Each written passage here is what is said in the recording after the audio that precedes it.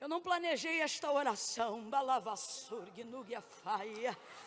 mas o Senhor está dizendo, quem pode entender que nesta hora, aqui e agora, a atmosfera está propícia para um propósito. Faz com Deus um propósito aí agora. Faz com Ele ou para Ele um voto. Deus está dizendo a alguns aqui nesta noite: provai e vede que eu sou bom. Ele está dizendo para alguém hoje aqui: veja que eu não atendo só a oração dela, eu quero responder a tua. Pede o que tu queres nesta noite. Fala com Deus aí agora. Eu vou lhe dar alguns segundos para falar com Deus, para fazer um propósito essa semana, para consagrar algo ou alguém a Deus esses dias, começando hoje. Deus vai entrar com você no que você se comprometer essa semana. Eu vou repetir porque, irmãos, eu não estou emocionada. Estou falando como o Senhor está me dando ordem. Estou lhe dando alguns segundos, porque Deus vai entrar com você no que você se comprometer essa semana. Ciclos serão alterados, hábitos serão mudados. Tem alguém aqui agora dizendo assim: se é de Deus, eu quero parar de fumar essa semana. Pois tu vai parar de fumar hoje. Hoje você já começa. Ciclos serão quebrados. Faça seu propósito com Deus aí agora. Evangelho do Senhor Jesus segundo escreveu Mateus, capítulo 15, dos versos 21 em diante. Quem achou pode dar um amém.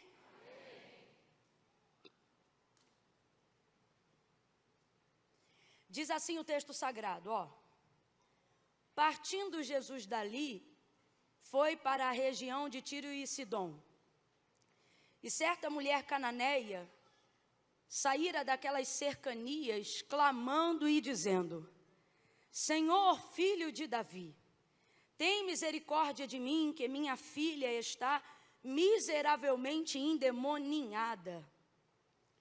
E Jesus não lhe respondia palavra alguma, de modo que os seus discípulos, aproximando-se dele, rogavam-lhe dizendo: despede-a, pois vem gritando atrás de nós. E respondendo ele disse: eu não fui enviado, senão as ovelhas perdidas da casa de Israel. E a mulher chegou, complete aí para mim, por favor. E a mulher chegou, chegou e o adorou, dizendo: Senhor, socorre-me. E ele respondeu: não é bom pegar o pão dos filhos e deitá-los aos cachorrinhos. E ela disse: sim, Senhor, mas até os cachorrinhos comem das migalhas que caem da mesa dos seus senhores. Então respondeu Jesus e disse-lhe: ó mulher, grande é a tua fé. Seja feito contigo como tu desejas. E desde aquela hora a sua filha ficou sã. E você diga amém por essa palavra. Amém. Essa passagem ela é muito conhecida, porém, todas as vezes que eu estou diante dela, eu encontro lições muito preciosas e totalmente atuais para os nossos dias, né? A palavra de Deus, na verdade, ela é a bússola que norteia o caminho do homem, não importando que tempo da vida o homem está. E quando eu olho para esse texto, eu vejo uma mulher que, logo de cara, ela tem uma característica que está cada vez mais escassa dentro da nossa geração. E apesar de não ter muita idade para falar das gerações que antecederam a minha geração, eu posso falar da minha geração. Eu estou nessa geração. E desde que eu me converti e conheci o Evangelho, eu cresci e fui desenvolvendo maturidade espiritual, conhecimento bíblico, com pessoas muito mais velhas do que eu. E eu percebia algo incomum nessa geração que antecede a nossa, muita perseverança. eram homens e mulheres, alguns dos quais me treinaram, me ensinaram, me podaram, já dormem no Senhor, mas todas as vezes que eu me lembro das memórias que foram construídas com essas pessoas, eu vejo neles semelhanças que os tornavam quase que personagens bíblicos, de tão parecidos e semelhantes eles eram, na minha perspectiva, com Abraão, por exemplo, com Moisés, com Elias, claro, guardadas as devidas proporções, mas eu digo assim, em santidade, em temor, em devoção. Mas quando eu me lembro deles, uma das coisas que mais tem me ressaltado nesses últimos dias, e eu percebo que eu também estou sendo influenciada negativamente nessa geração, por isso que eu vou dizer agora, que eles tinham e parece que nós estamos ou não tendo ou perdendo cada vez mais o que tínhamos, é essa força que há na perseverança. Abra comigo a sua boca agora e diga perseverança. Perseverança. Essa palavra, ela se tornou rara no nosso vocabulário porque o comportamento dela também se tornou raro no nosso meio. Eu percebo, por exemplo, a minha mãe, que é uma geração anterior à minha, na verdade 3, se eu for predatar corretamente, e a minha mãe, por exemplo, que começou a fazer uso do advento da internet há pouco tempo, minha mãe, por exemplo, teve o WhatsApp primeiro do que eu.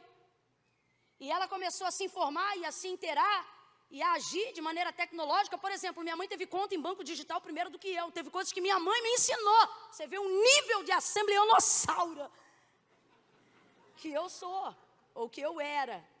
E aí eu percebo o esforço dela, outras coisas eu a instruí, porque aí faz um pouco mais parte daquilo que eu conheço.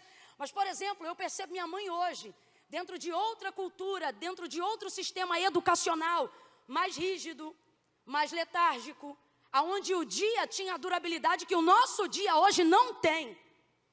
E eu percebo a minha mãe dizendo, faça isso assim no telefone. E aí na hora que eu estou fazendo, ela diz, vambora. E eu digo, mãe, tem que esperar. E ela diz, essa tecnologia é muito retardada. Eu vejo ela nervosa, dizendo, tal coisa está demorando muito. E eu penso sobre isso e eu digo, se quem veio antes de nós já entrou dentro desse sistema de aceleração, aonde coisas que quando duram 1 minuto, gente, 1 minuto são 60 segundos, já criam na gente um nível de irritação. Estou mentindo ou estou falando a verdade? Quando um sistema que você precisa resolver rapidamente, bancário, seja lá qual for, ele dá uma bloqueada, aquilo já te agonia. É tudo na hora, é tudo imediatamente, e você pensa que isso não está influenciando em comportamentos da sua personalidade, quando muitas vezes você já está completamente influenciado e acha que isso não vai afetar o seu espiritual. Só que tudo que afeta o seu humano vai afetar o seu espiritual, e tudo que afeta o seu espiritual afetará a sua humanidade. Nós oramos aqui em dado momento na devoção e na nossa adoração e apresentamos diante de Deus a tricotomia do nosso ser, espírito, alma e corpo. E nós sabemos que tudo isso louva a Deus quando está em perfeita harmonia. Então perceba, se algo em massa, o que isso significa, Camila? Se uma cultura está sendo transformada em massa, se uma informação está sendo passada em massa, e se você está submetido dentro de um sistema que alcança a coletividade independente de crença, por mais crente que você seja, você será afetado por ele, seja positivo ou negativamente. E uma das coisas que de forma brutal e com o nosso total consentimento a gente tem permitido o nosso espiritual ser abalado pela aceleração da nossa humanidade, do advento da tecnologia que estamos cercados agora e de toda a facilidade, é esse, não conseguimos mais fazer orações duradouras, não temos mais perseverança em campanhas, você faz um jejum de 12 horas e já começa a ter dor de cabeça, pessoas aqui que dizem ter renunciado à vida, mas não conseguem entregar para Deus um café da manhã. E não é porque você não quer servir, ou não é porque eu não quero ser tão crente quanto eu sei que você também quer, mas é porque estamos altamente influenciados por esta geração imediatista e esquecemos que relacionamento com Deus demanda tempo. Por exemplo, quando o Senhor apareceu a Abraão e disse para ele, sai da tua terra, da tua parentela, vai para uma terra em que eu vou te mostrar. Deus não falou para ele qual era a terra, mesmo sabendo qual era a terra. Por quê? Eu sempre digo isso, porque na verdade Deus não estava chamando Abraão para conhecer Canaã, Deus estava chamando Abraão para conhecer ele. E você só conhece Deus enquanto você caminha com Ele.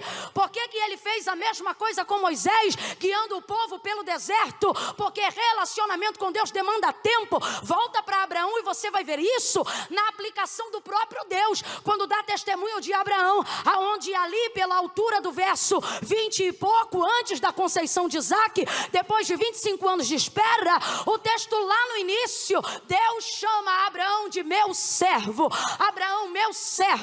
Mas depois de 25 anos caminhando com ele, provando dele, conhecendo dele, aí ele vai dizer: Abraão, meu amigo. Demanda tempo, demanda entrega, demanda devoção. E esse momento onde tudo é rápido, onde tudo é fast food, onde tudo é imediato, estamos querendo nos iludir e achando que isso não está afetando a perseverança da nossa fé. E é por isso que a fé de muitos está abalada. Por quê, Camila? Porque não tem fé? Fé tem, não tem perseverança. Não dão continuidade na palavra que receberam. E aí quando nós olhamos para a vida dessa mulher, nós vemos uma dor que vai dar a ela toda a perseverança que ela precisa ter. Aí você começa a entender por que de vez em quando Deus te estreita. Vivemos um tempo de muitas opções, sim ou não? Sim ou não? Recentemente recebi um livro, estou impactada com ele, chama-se Essencialismo. Acabei de voltar de Israel e na primeira palavra que o guia, que não é crente, liberou, dentro de um contexto histórico, de cara, dentro do ônibus, o camarada já diz assim: a terra que mana leite e mel, e começa a apontar e a falar de Israel e de Jerusalém. E aí ele diz assim: o que vocês entendem quando eu digo terra que mana leite e mel? Aí algumas pessoas falaram, eu obviamente nada disse. Quando há alguém mais inteligente do que você falando, seja mais idiota do que você parece, para que você possa ouvir o máximo que ele puder dar. E aí algumas pessoas disseram: é terra de fartura, é terra de abundância. E então logo de cara o Damião disse assim: na verdade terra que mana leite e mel é uma terra de sustentabilidade, de fartura tão grande que é o suficiente para que agricultores e pastores venham viver na mesma região. Aí você já pensa assim, nada a ver, o que ele está misturando agricultores e pastores na mesma região? E aí ele vai então construindo que na verdade essa inclusive é a primeira profissão manifestada em Caim e Abel. Um era agricultor e o outro era pastor de ovelhas. E então ele também inaugura ali a primeira desavença do mundo. Depois um pouco mais para frente você vai perceber a disputa de terras e a necessidade, por exemplo, de se apartar Ló de Abraão, não apenas pela promessa que Deus fez a Abraão, mas por causa que os seus pastores brigavam um com o outro, em razão de disputar a necessidade de fazer uso da terra. Então ele vem falando sobre isso, sobre a necessidade que Israel tinha de cultivar e de pastorear. Tanto é que, falando sobre isso, depois de ter saído da Jordânia e da Palestina, o que a gente mais via era a ovelha no campo, porque é algo extremamente praticado e é um ofício literal até hoje. Muita briga, muita desavença. Isso que marca a morte de Abel na entrega da oferta. E então ele vai dizer, terra que mana leite e mel, é terra de suficiência. É terra onde o que um produz e o outro consome não há briga. Porque pense, o pastor produz o que o agricultor em tese consome. E aí ele vai explicando, escute isso. E ele vai falando sobre a necessidade de entender que Canaã é lugar de abastança, é lugar de suficiência. Deus vai conduzir o seu povo até lá, por intermédio das mãos de Moisés e depois por intermédio das mãos de Josué. E continua ele falando, aí ele diz, Deus poderia ter guiado o seu povo por qualquer outro caminho, mas por que Deus o fez pelo deserto? E nós já ouvimos milhares de pregações sobre isso, e há milhares de aplicações, eu só quero lançar luz sobre mais uma que ele lançou e eu não sabia. E aí ele abre a boca e ele diz assim, no deserto fica provado de que o homem, por mais rico que seja, depois de 4 dias sem beber água, ele troca qualquer saquetel de ouro por um copo de água. Eis a diferença, e ele ia falando dos nômades para os homens que vivem em casas. Ele disse, os nômades convivem com o que é essencial, e vocês se contentam com o que é necessário. Em dado momento parecia que ele estava falando a mesma coisa, quando então ele trouxe esse exemplo e nós compreendemos que necessário e essencial não são a mesma coisa. Por exemplo, dinheiro é necessário, sim ou não? Vambora, gente, o que foi? Deu um estado de santificação e de pureza que não precisa de dinheiro para nada? Do nada. Dinheiro é necessário, sim ou não? A Bíblia diz que o dinheiro tudo responde, então vou perguntar de novo. Dinheiro é necessário, sim ou não? Sim. Dinheiro é necessário. Agora diga, você pode estar com uma mala cheia de dinheiro e alguém portando agora a água da qual depende a sua sobrevivência no deserto que você está caminhando. Quanto ele falar que vale a água, se você quiser ficar vivo, você paga, sim ou não? Então dinheiro é necessário, mas água é essencial à sua vida. Então ele disse assim, Deus levou o povo para caminhar para o deserto. Porque Deus queria mostrar para eles que diferente do que eles tinham no Egito, porque no Egito eles não tinham tudo, mas eles sempre tiveram Mas no deserto agora eles vão descobrir que Deus não quer ser para eles necessário. Necessário o faraó podia ser, necessário as cebolas podiam ser, necessário a casa que eles tinham lá podia ser. Deus quer trazer eles pelo deserto para mostrar para eles que Ele quer ser na vida deles essencial. E uma das formas de você saber o que é essencial, em primeiro lugar, é colocando Deus acima de tudo. Mas você precisa perseverar em Deus. Perseveramos em sonhos e desistimos. Perseveramos em projetos e desistimos. Perseveramos em algumas empresas, não entrou o lucro que queríamos, desistimos. Perseveramos em alguns ministérios, algumas pessoas aqui vão vir na audição do louvor aqui no determinado dia, não vão ser aprovadas e mesmo sendo chamadas, algumas vão desistir. E depois queremos nos relacionarmos com Deus e acreditarmos que por fazermos algumas orações e elas não serem respondidas como desejamos, não podemos mais perseverar naquele assunto, não podemos mais perseverar naquele tema, ou não devemos clamar mais aquele Deus. Então procuramos outras simpatias, outros artifícios. Olha, ali tem alguém que revela. Olha, ali tem alguém que se você fizer assim assado com o animal X, tal coisa acontece em 7 dias na sua vida. E começamos a procurar medidas extremas e rápidas, esquecendo que na verdade a essência de tudo que existe e há em nós vem de Deus. A própria palavra diz, porque o homem não tem coisa alguma se do céu não lhe for dada. E o que vem do céu, toda boa dádiva, todo dom perfeito, vem do Pai das luzes, em quem não há sombra alguma de dúvida ou variação. Estamos perdendo a virtude da perseverança, porque estamos indisciplinados. Clicou, acessou, depositou, caiu. Transferiu, entrou. Chamou, 5 minutos o Uber. Você já reclama, nossa, 5 minutos. Você tenta orar e às vezes 15 minutos parece que você está 1h30 de joelho. Tem gente aqui que quando tem tempo para falar com Deus não tem assunto.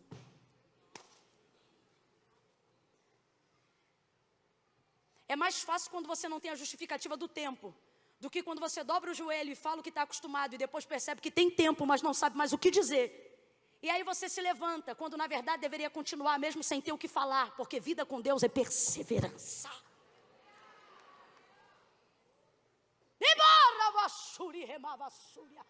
Agora, Deus tem um jeito de fazer você perseverar. E se eu te disser que profeticamente nesta noite Deus trouxe pessoas hoje aqui para dizer, no ano de 2022 eu vou te abençoar de muitas maneiras, mas uma das formas das quais eu vou te abençoar e vai mudar a sua vida é que eu vou resgatar em você a virtude da perseverança que foi perdida. Você vai perseverar como nunca. Você vai crer no que já desistiram. Você vai investir aonde não imaginam. Você vai abraçar quem o mundo negligenciou. Vai acreditar numa instituição que alguém acredita que está falida. Deus está dizendo, Cristo em vós, esperança da glória. Você vai crer como nunca, vai investir como nunca, vai semear na vida de pessoas como nunca, vai acreditar como nunca. Deus trouxe gente hoje aqui para dizer: queres uma bênção? Levanta a mão e receba. Receba perseverança.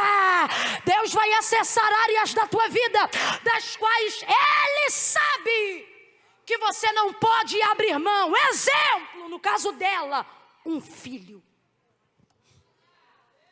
Você pode abrir mão de um emprego, mas não pode abrir mão de um filho.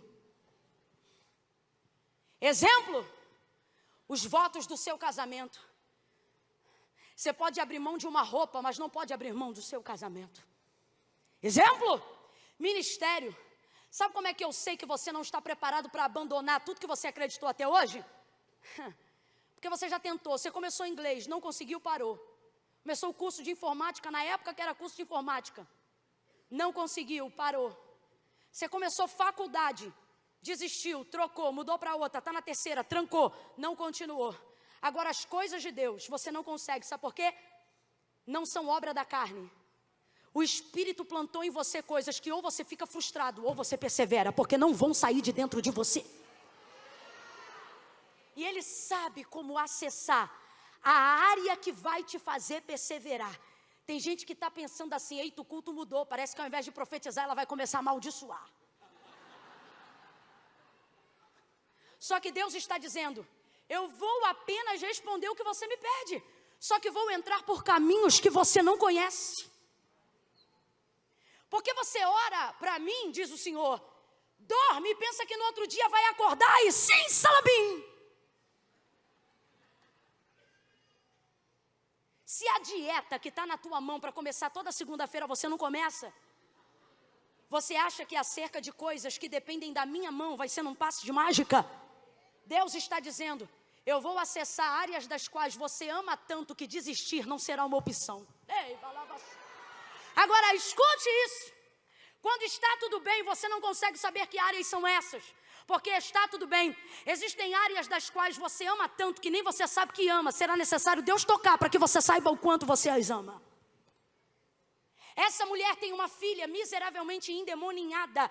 Falando rapidamente, algumas pessoas dizem endemoniada. Mas não é endemoniada, é endemoninhada. Sugestão de ninho de demônios. Ela está completamente possessa por espíritos imundos. Na colocação do grego, a tradução vai vir escrita não minha filha, mas minha menininha, sugestão de que ela ainda não atingiu a maioridade dos seus 12, 13 anos de idade. Significa que ela é muito nova e a gente se pergunta que tipo de permissividade e que legalidade essa menina pode ter se ela não tem nem idade de vida para ter tanto demônio. Só que não era sobre a legalidade que ela dava, era sobre a legalidade que sua casa dava. A mãe dela é cananeia, sua geração vem de cananeus. Quem são eles? Primeiro, os inimigos mais antigos do povo de Deus. Segundo, adoradoras de Baal, Baalins, Moloque e Azera. Crianças eram jogadas no fogo. E essa mulher adorava deuses como esse. Agora, a sua filha está completamente tomada de espíritos imundos. Agora preste atenção nisso, e você vai entender o porquê devemos perseverar. Devemos perseverar sobre a vida daqueles que amamos, e sobre tudo aquilo que Deus nos confiou e nos deu. Porque como as coisas estão, não determinam quem elas são. Veja, ela clamava e dizia: Filho de Davi. Primeira coisa que ela faz, ela está reconhecendo o senhorio de Cristo sobre a sua casa.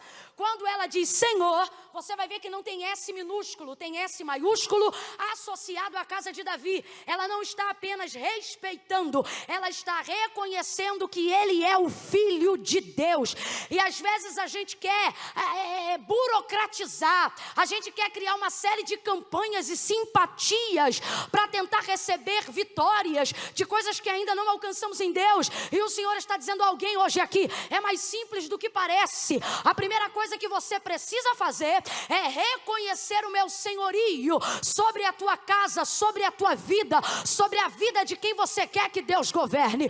Quando ela dizia Senhor, Filho de Davi, ela não estava só dizendo Jesus, eu te conheço.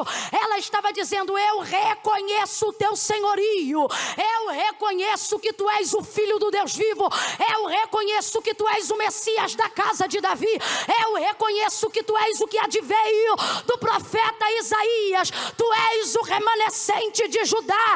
E aí não é ela mais que diz, é eu que digo, que eu começo a falar dele e não consigo parar. A resplandecente estrela da manhã, aquele que era, aquele que é, aquele que há de vir, o alfa e o ômega, o primeiro e o último, e para ela o Senhor dos senhores. De todos os senhores que ela já conheceu, de todos os senhores que ela já sacrificou, de todos os senhores que ela já serviu, Camille, isso é o suficiente? É. Diga aí para mim, o ladrão da cruz desceu às águas batismais? Tomou Santa Ceia? Ouviu algum sermão de Jesus na montanha? 1 milésimo de segundos antes de abrir a boca reconhecendo o senhorio de Cristo, ele era réu do inferno, aonde o fogo não apaga e o verme não morre. Está escrito em Apocalipse.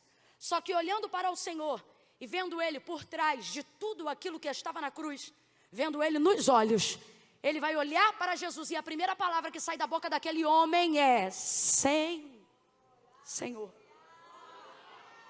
Réu do inferno.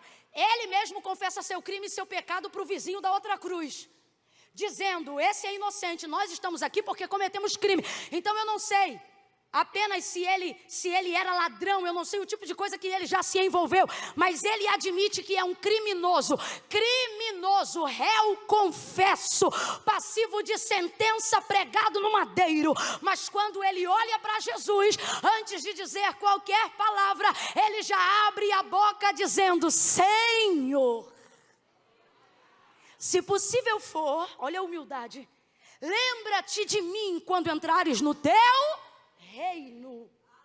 Rapaz, réu do inferno, se não abre a boca, ia para lá, para o Seol.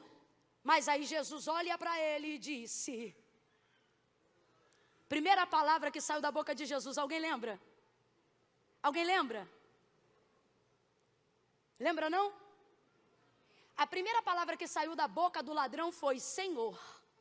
E a primeira palavra que saiu da boca de Jesus foi Filho. Quando ele reconhece o senhorio, Jesus estabelece paternidade de Deus sobre ele, imediata. Camille, a certidão já está no sangue, selada na cruz. Camille, o sacerdote, e ele é o sumo, está legitimado pela confissão daquele homem. Deus está dizendo aqui para alguém, você acha que tem que desfazer isso e aquilo, você diz, minha avó fez assim assado, somente na terceira geração do meu filho é que eu vou poder quebrar o pacto que meus pais fizeram na época que eu ainda estava na barriga da minha mãe, pois assim te diz o Senhor, reconhece meu senhorio hoje, que a paternidade do meu pai vai sobre a tua vida hoje. Quando a primeira palavra que sai da tua boca é o reconhecimento do senhorio de Cristo, a primeira palavra que sai da boca de Cristo é o reconhecimento do poder do Pai sobre a tua vida. Ele diz para ele, filho, ainda hoje estarás comigo no paraíso. Agora esta mulher, depois de ter uma vida pregressa, destruída, que agora que está querendo destruir também a vida da filha dela, vai clamar e gritar atrás dele dizendo, Senhor, filho de Davi, tem misericórdia de mim. Sabe o que ele está dizendo? Nas entrelinhas, conheço muitos senhores, mas hoje eu vim buscar o Senhor. O Senhor de tudo que existe, o Senhor de tudo que há. O texto diz que ela gritava, completa aí para mim, minha gente, por favor. Ela gritava. Deus está dizendo, eu tenho socorro para a tua família, tenho socorro para a tua casa, eu tenho socorro para o teu lar, eu tenho socorro para a tua vida espiritual. O problema é que de um tempo para cá, tua aparência se tornou maior do que aquilo que é essencial. E o que é essencial, você colocar para fora seu pedido de socorro. E não vem com conversa fiada para mim essa noite, sentando aí na cadeira e dizendo, para que gritar? Deus sabe. Deus sabe, então não é socorro que você precisa. Porque eu nunca vi alguém precisar de socorro. Nunca vi. Nunca vi casa pegando fogo e o bujão quase para explodir, você botar a boca na janela e dizer, ei, dá para ligar para o bombeiro, vai explodir. Nunca vi acidente de carro, aonde às vezes um dedo de alguém vai parar em outro lado e alguém acha, na maior tranquilidade, dizendo, por gentileza, ei, dá para você pegar aquele dedo ali e botar num saco que eu vou tentar costurar? Irmão, quando o pau está quebrando, quando teu filho passa mal de madrugada, tu não vai escolher bolsa para ir para o hospital.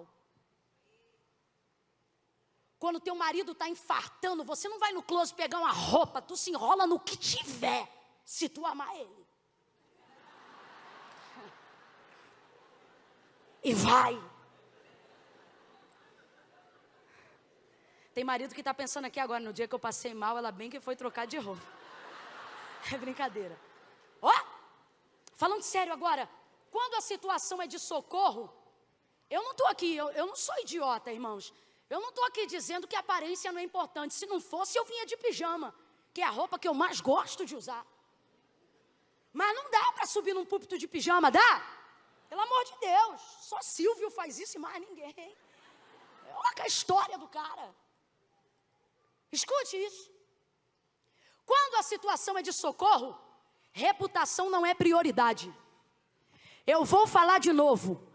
Quando a situação requer socorro, reputação não é prioridade. Deus está me mandando perguntar diretamente aqui a alguém: você vai deixar tua casa naufragar para manter reputação? Quando a casa cair, não vai sobrar nada, nem reputação.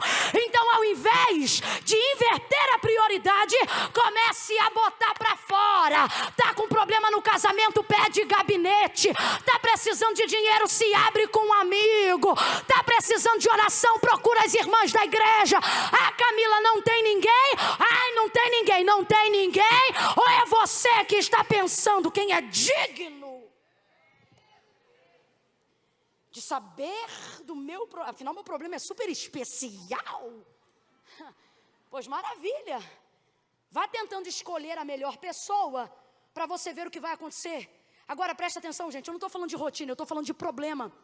E eu não estou falando de qualquer problema, eu estou falando de socorro. Olha a situação dela. A menina não era rebelde, a menina era endemoniada. Era não, estava endemoniada. Ela estava endemoniada.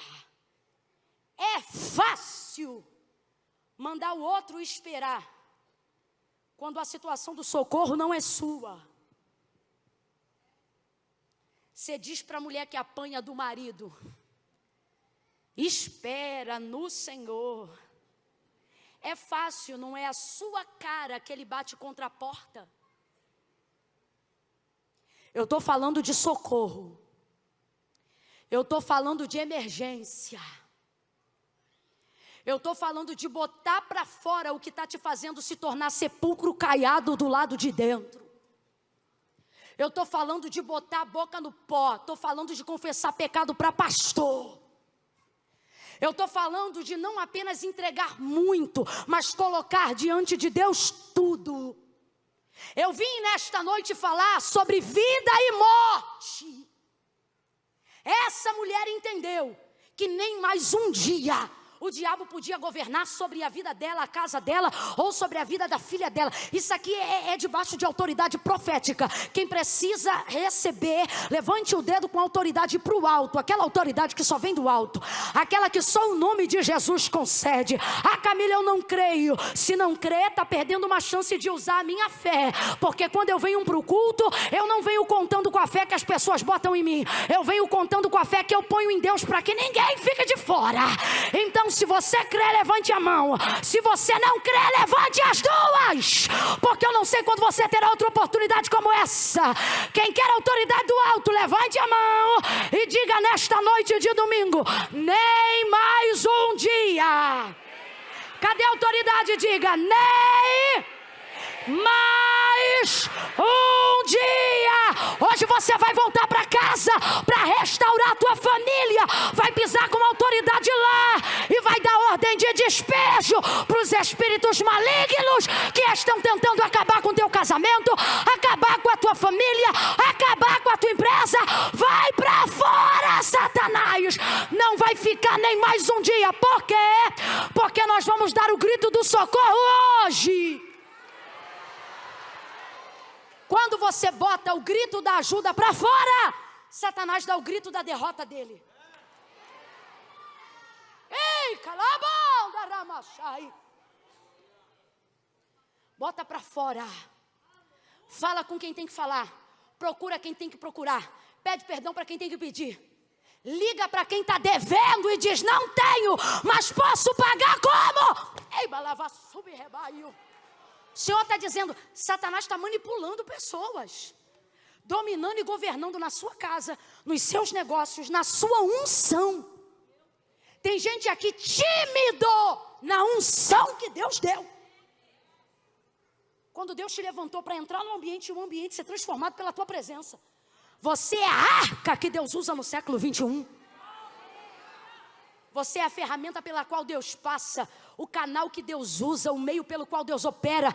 Mas tua vida está tão amarrada de tantas coisas que você chega no lugar e de vez em exalar o bom perfume de Cristo, está intimidado por pecados não confessados, demônios amarrados, legalidades que foram liberadas. Só que o Senhor está dizendo: ei, reputação é o que dizem sobre você.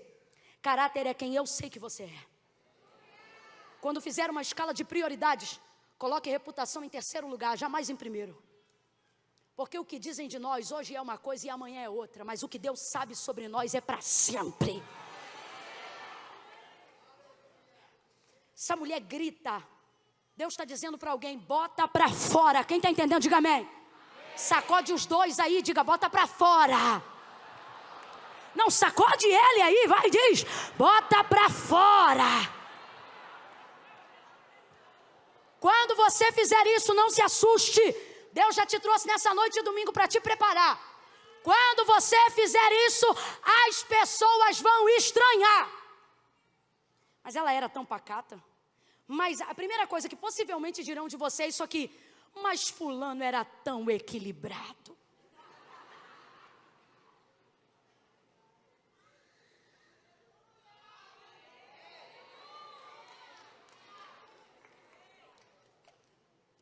Minha avó, que já não está mais aqui,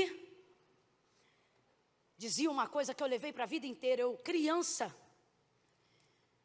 e quando tinha conversa de adulto, que eu sou do tempo que criança não podia ficar, então a gente se esforçava para ouvir. E minha avó, quando ouvia alguém marretando muito alguém da vizinhança, e dizendo: ah, porque fulano fez assim, fulana fez assado, ah, mas não tem motivo. Aí minha avó acabava com a história, nem defendendo um lado, nem protegendo o outro. Só que ela queria dizer o seguinte: não tragam julgamentos se vocês não conhecem todos os fatos. Só que ela resumia isso em bom carioquês dizendo assim: a colher que mexe a panela é que sabe a quentura que tem dentro dela. Era um jeito da minha avó falar: não se mete na panela que não é de vocês, na vida que não é de vocês. Aí todo mundo saía de banda porque ela tinha um jeitinho de falar. A colher que mexe a panela é que sabe a quentura que tem dentro dela. O povo, irmão, não sabe a quentura da panela, só sabe o que a gente posta. E tá aí eu e você querendo comparar a nossa vida com mesa posta. Eu amo mesa posta, mas com todo respeito, o que faz uma refeição ser extraordinária, primeiro, é como ela é preparada. Segundo, não são os pratos, mas são as pessoas que se assentam ao redor da mesa. Deus trouxe gente hoje aqui, Ele está dizendo: para manter a mesa posta, você está botando veneno na panela. A foto é bonita, só que Deus me trouxe hoje aqui, te trouxe hoje aqui para dizer: é a colher que mexe a panela que sabe a quentura que tem dentro dela. Quando você se posicionar em defesa do que você realmente acredita, Seja de uma mulher que quer proteger o casamento, de um marido que quer proteger o casamento ou seus filhos, de um líder que quer proteger seus negócios, de um pastor que quer proteger as suas ovelhas. Quando uma pessoa está comprometida, ouça isso, quando uma pessoa está comprometida com aquilo que ela ama de verdade, uma das formas de demonstrar o quanto ela ama é que no momento do perigo e do risco, ela não vai medir esforços. E quem não mede esforços se expõe. Quando você se expõe, deixa de ser admirado. Quando você se expõe, deixa de ser ovacionado. Mas o que você coloca na balança? Não é por eles, é por quem você ama. Lembra de Jairo? Lembra de Jairo? Já reconhecia que Jesus era o Cristo, mas por causa da posição da sinagoga, não se colocava diante dele. Para quê? Vou falar rasgado. Para não perder os contratos, para não perder a posição, para não perder as festas de fim de ano, para não perder o crédito de compra e venda, porque é mais do que excomungar, como nós entenderíamos dentro do catolicismo. É estar completamente fora da estrutura da sociedade. É ter dinheiro para comprar o pão da padaria e o padeiro não te vender, se você reconhecer Jesus Cristo como Senhor. Ele já sabia dessas coisas, mas não reconhecia. Só que a filha veio a adoecer e doença para a morte. Jairo esqueceu da posição. Jairo não pensou nos contratos. Saiu de casa e se expôs. Você acha que depois daquele dia a coisa ficou fácil? Ficou nada. A primeira coisa, sem dúvida, que ele perdeu foi o cargo. Não tenha dúvida disso. Ele precisava ser exemplo. Só que aí eu te pergunto, quando ele viu a filha dele casar, valeu a pena ou não valeu? Quando ele viu a filha dele crescer, valeu a pena ou não valeu? Porque o mais importante não é o que dizem que somos, é quando deitamos na cama e sabemos que Deus sabe quem somos e por que somos. Eu costumo dizer que dinheiro compra colchão, só Deus dá sono. Tinder pode te dar ficantes, casamento quem dá é Deus. Ele se expôs. Essa mulher vai se expor. E tem gente aqui dizendo, não posso me expor, porque senão vou deixar de ser admirada, vou deixar de ser admirado. Só que veja, aconteceu com ela também, não que fosse admirada, mas à medida que ela clamava, os discípulos ficaram inquietados e disseram, Jesus, despede-a, pois vem gritando atrás de nós. Eles se incomodam. E por que eles se incomodam? Porque segundo o relato de Marcos, Jesus, quando foi passar pelas cercanias de Tiro e Sidom, ele disse, não conteis a ninguém que eu vou passar por aquela região. Mantém segredo. Completa aí, meu povo. Mantém. E ninguém contou. Só que a exposição dela também expunha ele. Filho de Davi, tem misericórdia de mim, que minha filha está miseravelmente endemoniada. E ela clamava e perseverava. Quanto tempo ela clamou, eu não sei. Eu sei que ela não parou enquanto ele não respondeu. Filho de Davi, seguia ela clamando. Os discípulos ficam constrangidos, porque o pedido de Jesus foi um só. Eu quero segredo. Como é que ela soube? Como ela soube? Porque ela pode estar gritando ele agora, mas ela já está seguindo ele há muito tempo. Como é que dentre 13 homens de estatura semelhante, quando o senhor deles não é esse louro dinamarquês apresentado nos quadros europeus, mas o texto diz que é um homem de semblante como de qualquer outro homem comum, artesão de trabalhos forçados. Como ela sabe quem ele é? Duas verdades. Primeira, porque o mestre caminha um passo à frente dos demais. Então Jesus está sempre um passo dos seus discípulos. E os seus discípulos, à medida de um passo que dá 50 centímetros a 1 metro para trás do calcanhar dele. Segundo ponto, ela sabia quem ele era. Não por causa de outdoor, não por causa de internet, nem nenhum cartaz. Ela sabia quem ele era, porque já tinha ouvido o que ele tinha feito e provavelmente já tinha visto o que ele podia fazer. Só que ela estava em regiões das quais ela não podia clamar. Porque uma cananeia não pode levantar a voz em Jerusalém. Uma cananeia não pode dizer, filho de Davi, na Galileia, nem na Judeia. Só que o texto diz que ele decide passar pelas cercanias de Tiro e Sidom. Região que, em tese, não pertencia àquele mapa, se bem que Isaías profetizou sobre isso. Escute isso. Ele diz, não contem a ninguém, mas ela sabia. Agora responda para mim. Fora libertar a filha da Cananeia, o que mais Jesus fez em Tiro e Sidom? Alguém sabe? A gente só pode dizer o que está escrito. Então vamos ao que está escrito. Fora libertar a filha da Cananeia e atender o clamor daquela mãe, Jesus fez mais alguma coisa em Tiro e Sidom, gente? Fez mais alguma coisa em Tiro e Sidom? Absolutamente nada. Então ele não quer segredo para impedir ela. Provavelmente ele vê que essa mulher já está buscando ele há um tempo, mas não podia clamar.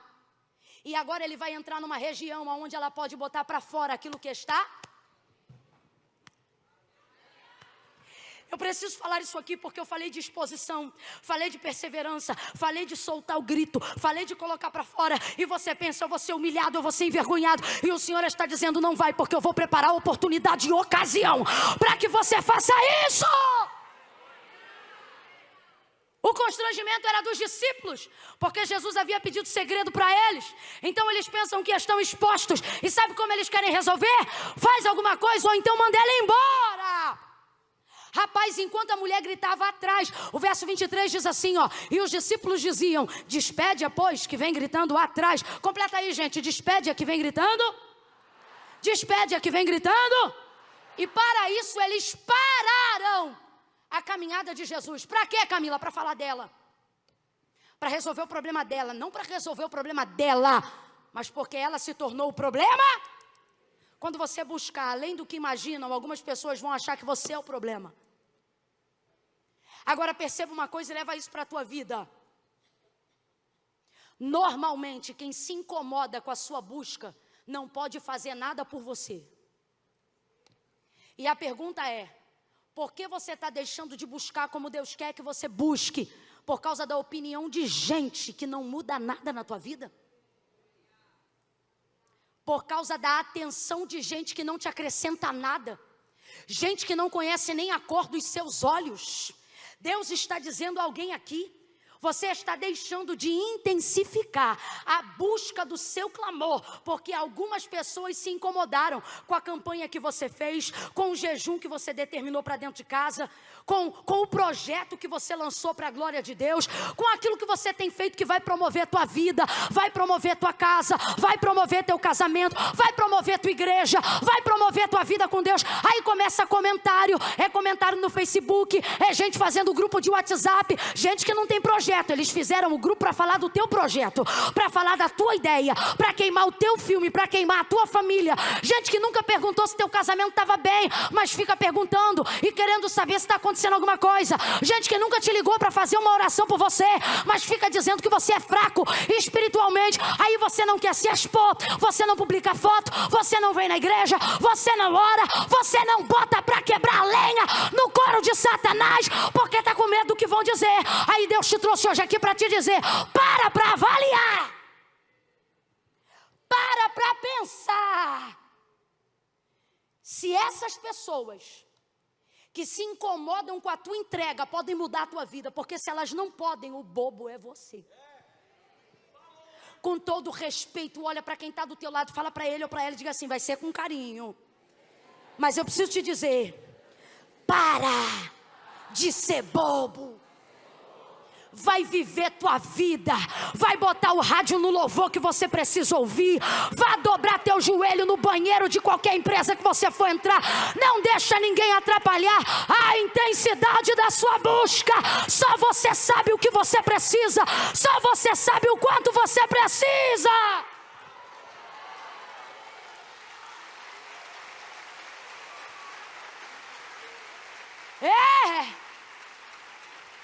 Quem vendeu a empresa não quer que você invista na sua. Quem não perdoa a traição no casamento não quer que você perdoe no seu.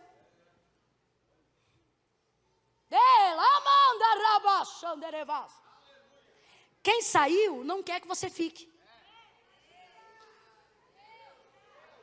E é uma via de mão dupla. Quem ficou não quer que você saia. E Deus está dizendo, suas decisões precisam estar ligadas ao que é essencial para você. Olha para cá. A pergunta é: do que você precisa agora para sair desse fundo do poço? Do que você precisa agora para não perder teu matrimônio? Do que você precisa agora para não se apostatar da fé? Então deixa o que as pessoas falarem para depois. Resolve depois. Reconstrói tua imagem depois. Faz a tua network depois. Faz a tua publicidade depois. Corre atrás dos teus arroba, dos teus patrocínios depois. Mas agora, bota pra quebrar. Vai pra cima. Sabe por quê? O diabo pressiona, mas não aguenta a pressão.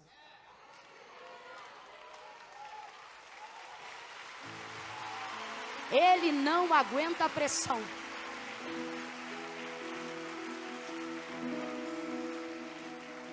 Ele não aguenta, vai pra cima. Dá uma cotovelada de leve nesse irmão, principalmente o que está de braço cruzado. Dá uma cutucada assim de leve e diga para ele ou para ela: vai pra cima. Vai pra cima. Com todo carinho, Deus trouxe gente hoje aqui. Ele está dizendo: não vim te chamar para te consolar, vim te chamar para a guerra. Vai para cima. Eu sou teu escudo, eu sou tua lança, eu sou a tua bandeira, eu sou o teu galardão, eu sou a tua proteção. A Camila e os pactos, a Camila e os problemas. O Senhor está dizendo: não tem pacto, não tem encantamento. Ah, mas derramou sangue de vovó, derramou sangue de papai. Satanás está fazendo ruaça. Ele estava, porque o Senhor dos Senhores entrou nessa guerra. Vai pra cima. Vai pra cima. Pra cima.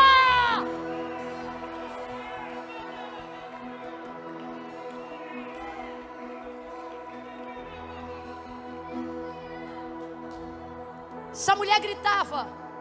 Senta para não cansar que eu ainda vou pregar mais 10 minutos.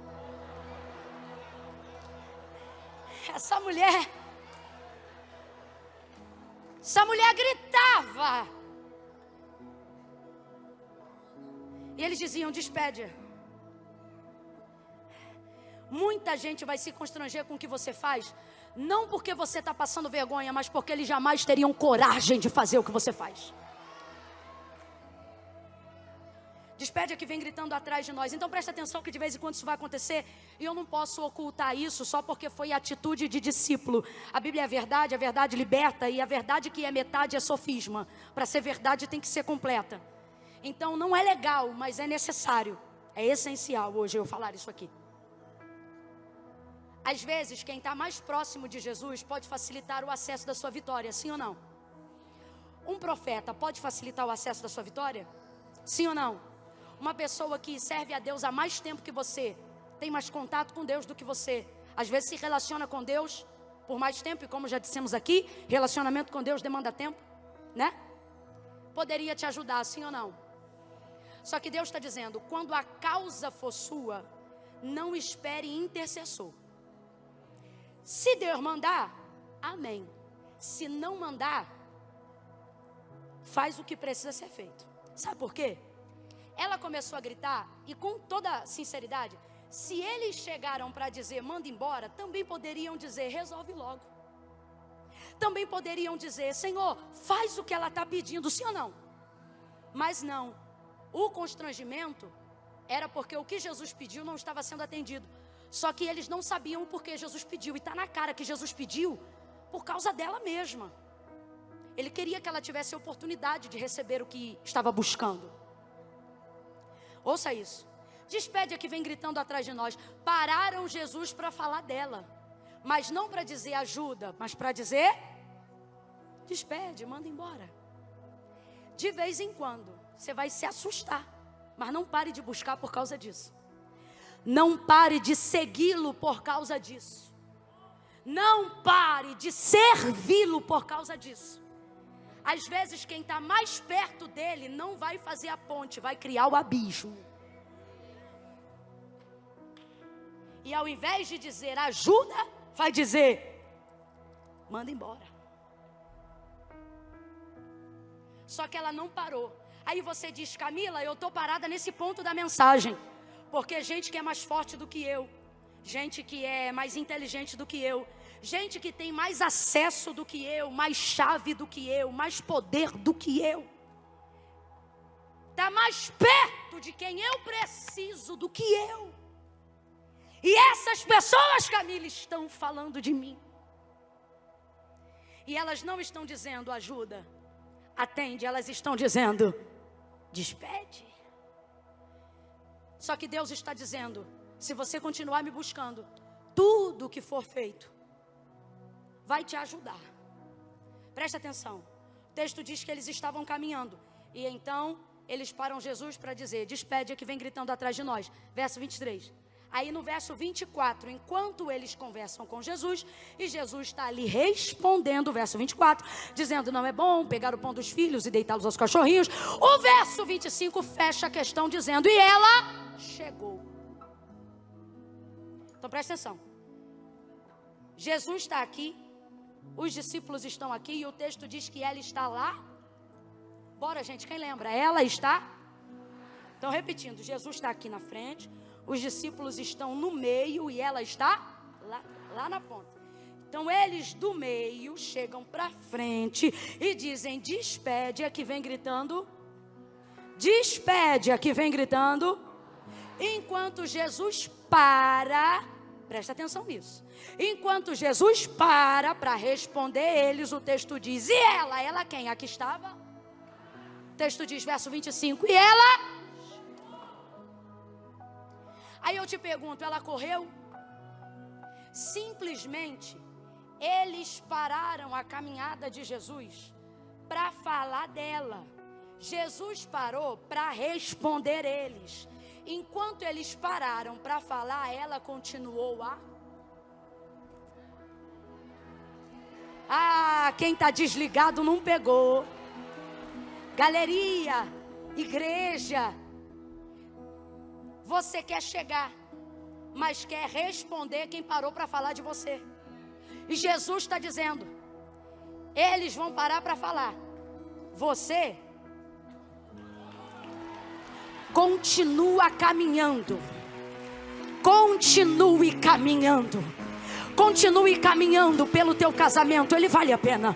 Continue caminhando pela tua filha, ela vale a pena.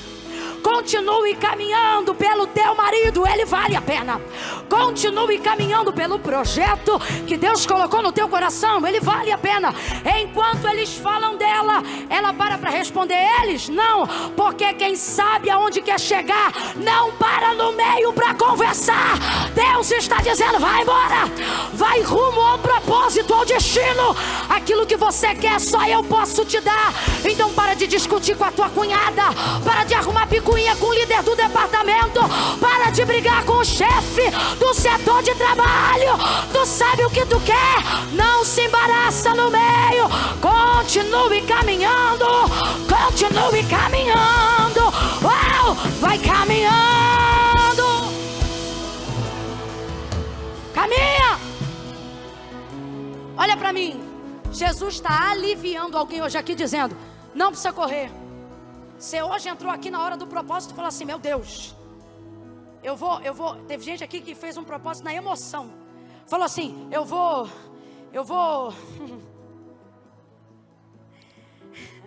Eu não vou nem falar para não, né? Mas falou que vai fazer uma coisa que nunca conseguiu fazer a vida toda. Já começou grande. E Deus está dizendo para você, ainda está no culto, ainda dá tempo. Não precisa correr. Você só não pode parar de...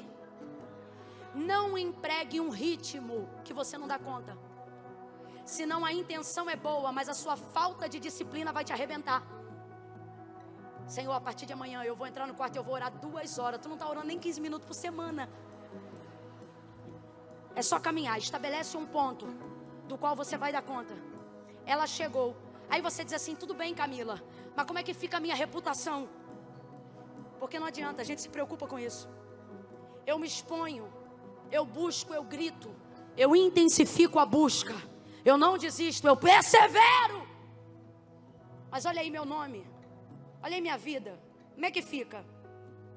O que falaram, para quem eu precisava chegar. É complicado quando quem não te ajuda chega em quem você precisa antes de você. Como é que fica? Vai ficar do jeito que está. E o jeito que está não é tão ruim quanto você pensa. Porque, pararam Jesus para dizer: despede a que vem gritando. Despede a que vem gritando. Verso 25, e ela não precisou responder, porque a conversa deles é: despede que vem gritando atrás. Vou parafrasear. Imagine Jesus olhando e dizendo: quem? Essa que está aqui? Camila, como é que eu respondo? Jesus está dizendo para alguém aqui, não precisa responder. Suas atitudes vão te mostrar que você não está no lugar que eles estão dizendo que você está. Suas atitudes, seu comportamento, sua perseverança, sua busca, sua constância, sua devoção por aquilo que você ama, vai te colocar em um lugar aonde tudo o que disseram de você até hoje será apagado e ficará para trás, num lugar em que você não ocupa mais. Diante de Jesus, ela não clama mais. Diante de Jesus, ela não diz de novo: filho de Davi, não. Porque na hora de clamar, você clama. Mas na hora que você tiver a atenção de Jesus, seja objetivo.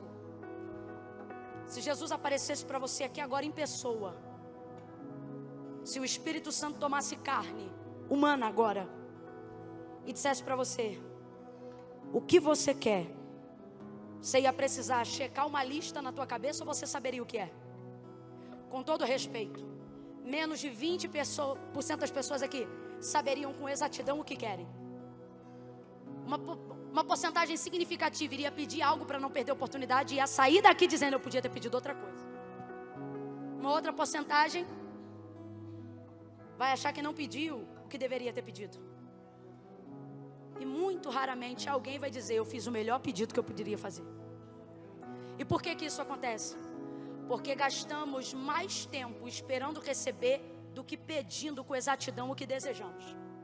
Camila, eu não entendi. Vai entender. Lembra quando ela clamava atrás dele e ele não respondia? O silêncio dele não era negativo. Você tem que entender que nem sempre quando Deus não te responde significa não. Mas todas as vezes que Ele não respondeu o que você está pedindo, entenda nisso uma oportunidade de melhorar a qualidade do seu clamor, para que na hora que Ele for te entregar o que você pediu, você não titubeie em nada. Com exatidão, sabendo o que foi buscar, ela diz: Senhor, socorre-me. Ela diz do quê? Não, porque há um tempão ela já está dizendo: é a minha filha que está miseravelmente endemoniada. O que levou essa mãe a buscar pela filha? Primeiro, o amor. Quem ama não desiste, porque a Bíblia diz que o amor jamais acaba. Ai, Camila, acabou. Então não era amor, meu amor. Só que amor não é sentimento, é decisão. Segundo, ela entendeu que como a filha dela estava, não mudava quem a filha dela era. Como ela está endemoniada, quem ela é? Minha filha. Do jeito que Deus está mandando, eu vou dizer: é você que está dando ao diabo poder permanente, quando tudo que ele tem é temporário. Você olha para esse marido que não quer se converter e diz assim: fulano é um ébrio. É estado permanente. É um cachaceiro. Aquele menino é um viciado. Essa menina é isso, é aquilo. E o Senhor está dizendo: você está pegando o que é temporário e está dando caráter permanente. E o que é permanente virou temporário. Ao invés de dizer: ele é um bêbado, você tinha que dizer: ele é meu marido. Mas não está bêbado? Tá. Como é que Deus vai fazer? Deus não tira o marido. Deus está dizendo: eu vou tirar a cachaça, o marido fica. Eu vou tirar o uísque, o marido fica. Não sei, achei que cachaça não combinou com aqui.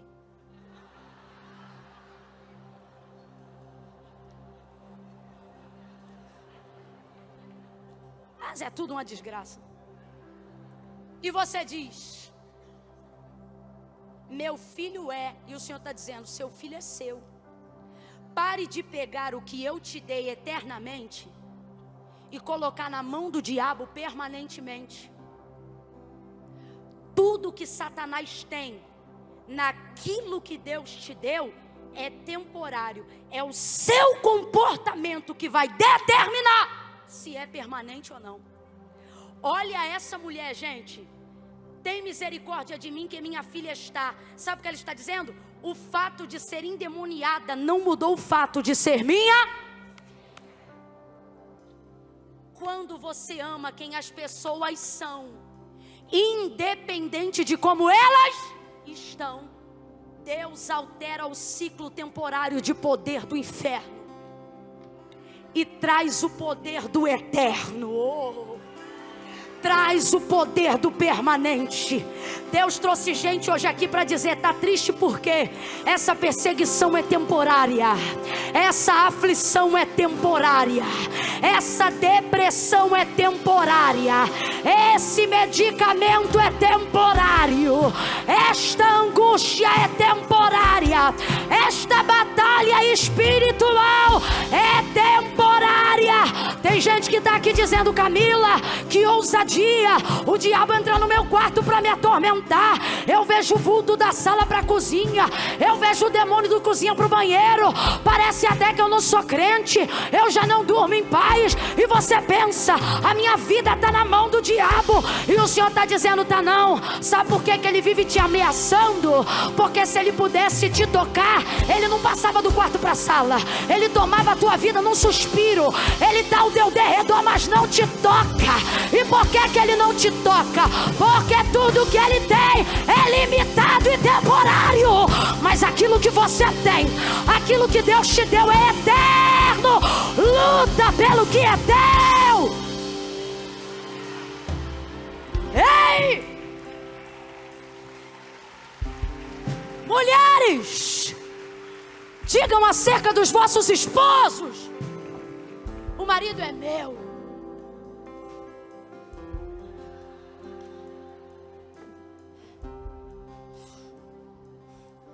Eu vou falar, Deus está...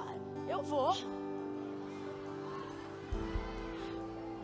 Tua vida é tão de Deus, filha, mulher de Deus. Tua vida é tão de Deus que tem coisa que tu não vai nem precisar entrar no ambiente espiritual. O Satanás que está tentando perturbar teu casamento, ele é tão fraco, tão fraco, tão fraco, tão nojento, tão ralé, tão miúdo, que Deus está dizendo: se hoje você botar uma lingerie cheirosa,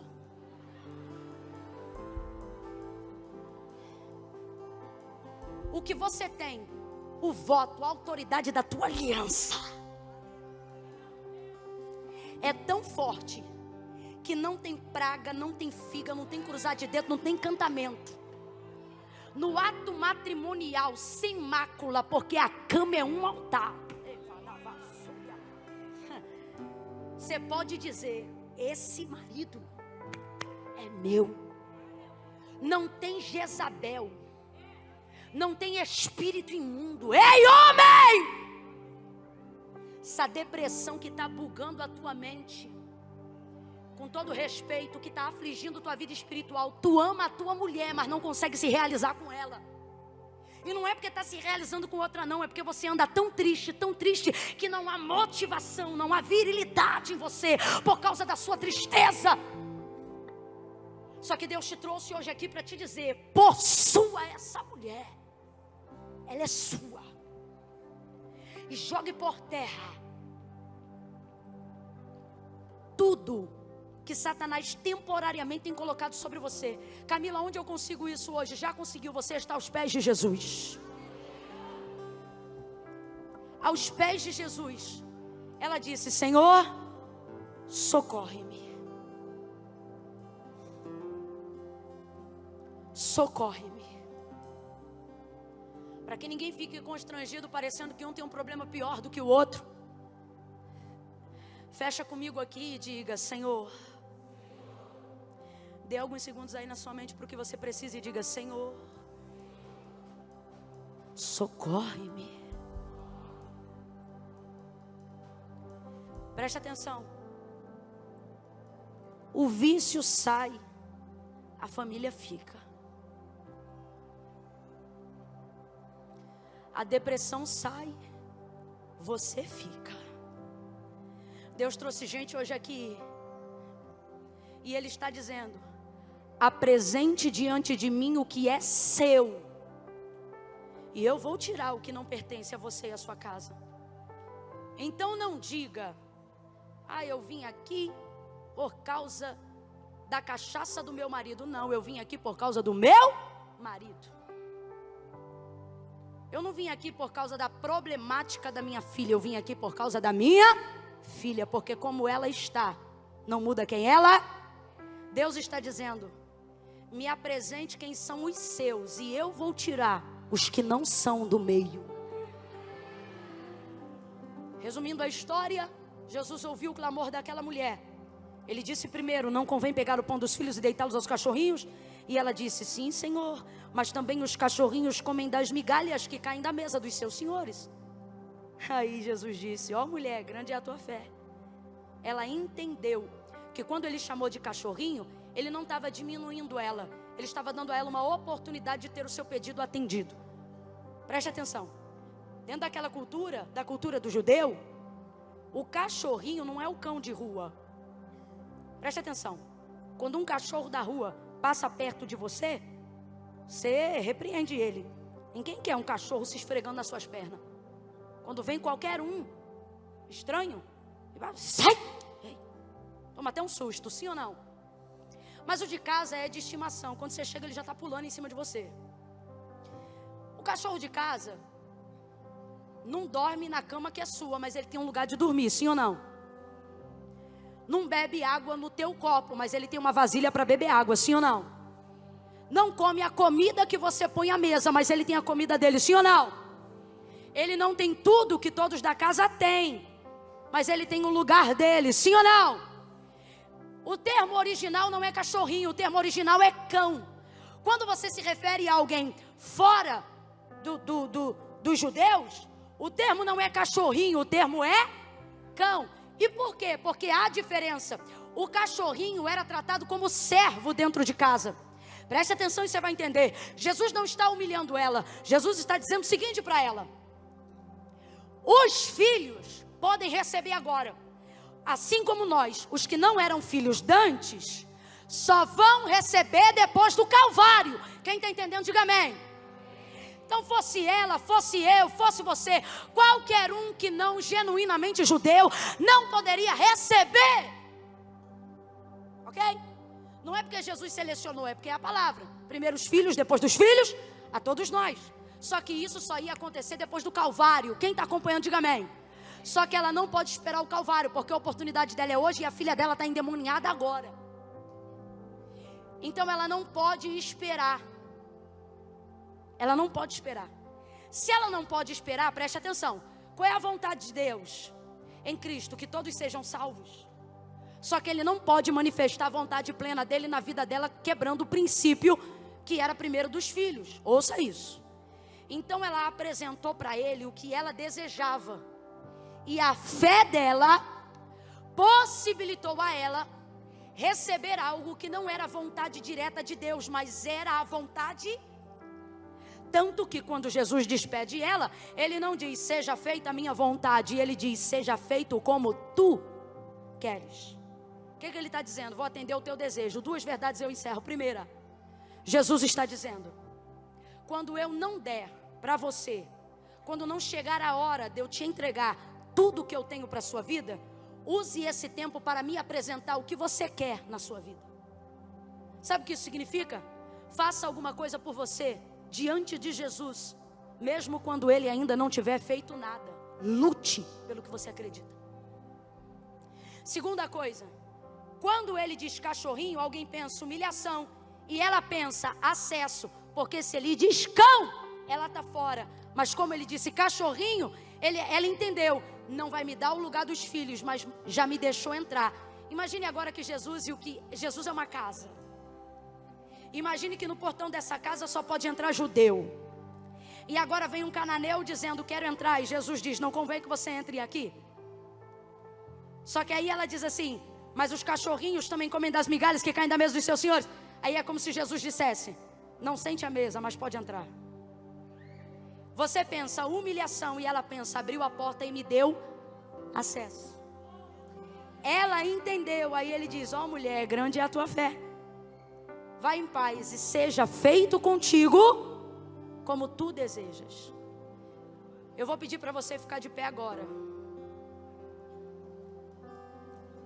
Tem muita coisa da vontade de Deus para a tua vida que ainda não é o tempo de Deus fazer. Não perca isso por nada. Essa é uma noite altamente profética. Tem muita coisa de Deus para a minha vida e para a sua vida que só vai acontecer no tempo de Deus. Sim ou não? Mas enquanto o tempo do que Deus tem para a nossa vida não acontecer, Deus está dizendo: apresente para mim aquilo que você não pode mais esperar. Tem circunstâncias na nossa vida, gente, que nos colocam numa posição aonde a espera vira sinônimo de morte. Por exemplo, quem aqui já ouviu gente que chegou no hospital vivo, mas por causa da morreu? Tinha possibilidade de vida, mas a espera trouxe a morte. Existem áreas da sua vida que você não pode mais esperar. Você não pode esperar Deus me usar com uma revelação para te tirar do teu lugar e dizer o que é e te dar estratégia. Você não pode esperar o pastor Bruno te chamar no gabinete para perguntar o que você precisa. Você não pode esperar que alguém na sua família se sensibilize com o que está acontecendo e te socorra. Existem pessoas aqui que literalmente tem circunstâncias na vida das quais não podem mais, se esperar vai morrer. E aí Deus te trouxe hoje nesse culto à noite para te dizer: é você que vai determinar hoje o milagre que eu vou fazer. Intensifique a área da busca pela qual você necessita. Lembra que lá no início falamos sobre fazer um propósito com Deus? Feche os olhos aí agora e você vai confirmar. E se preciso for, corrigir.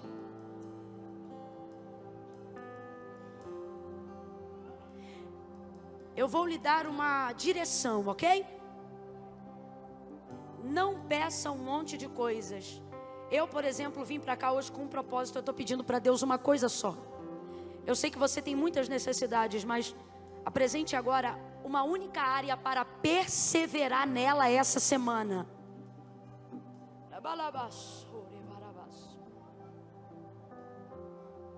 E comece a pedir ao Senhor: Senhor, eu quero perseverar essa semana nessa área.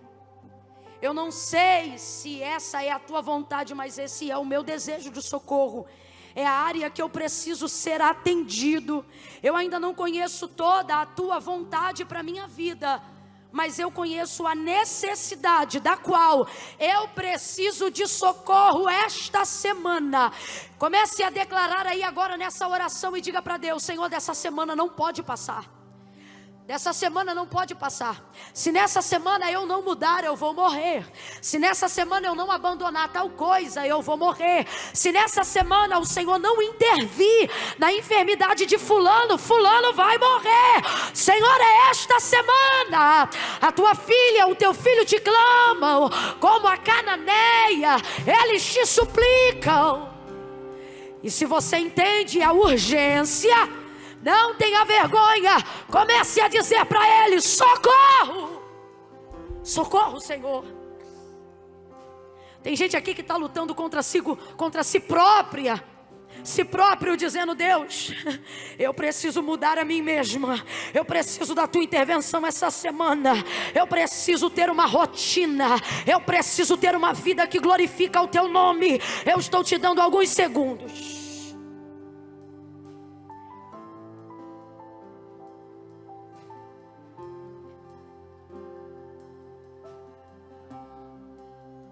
Em nome de Jesus, Senhor, que domingo que vem, Pai, para a glória do Teu nome, no próximo domingo, próximo domingo. Pai, tu disseste quando o Senhor me chamou. Eu estou falando as palavras que o Senhor falou para mim, as palavras que o Senhor confirmou quando me chamou, dizendo que sustentaria o que sairia da minha boca. Tu me disseste, quando tu me chamou, abre a tua boca que eu encherei. Tu me disseste, estende as tuas mãos e profetiza, porque eu vou transformar e vou produzir palavra de vida. Senhor, aonde houver uma área em que essas pessoas que estão aqui nesta noite, presencialmente e online na tua presença, apresentando diante de ti um propósito, apresentando diante de ti uma súplica emergencial, Pai, esta semana, que no próximo domingo tenha testemunho daquilo que o Senhor começou a responder. Senhor, tem gente aqui que está te pedindo coisa tão simples, está te dizendo, socorre-me, eu preciso levantar cedo. Está te dizendo, socorre-me, eu preciso de uma porta de emprego aberta.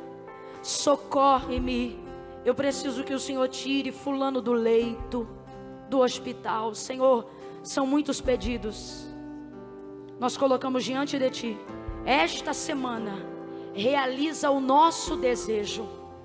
Se aquilo que te pedimos não fere a tua glória, realiza para a tua glória aquilo que nós te pedimos nessa noite, em nome de Jesus.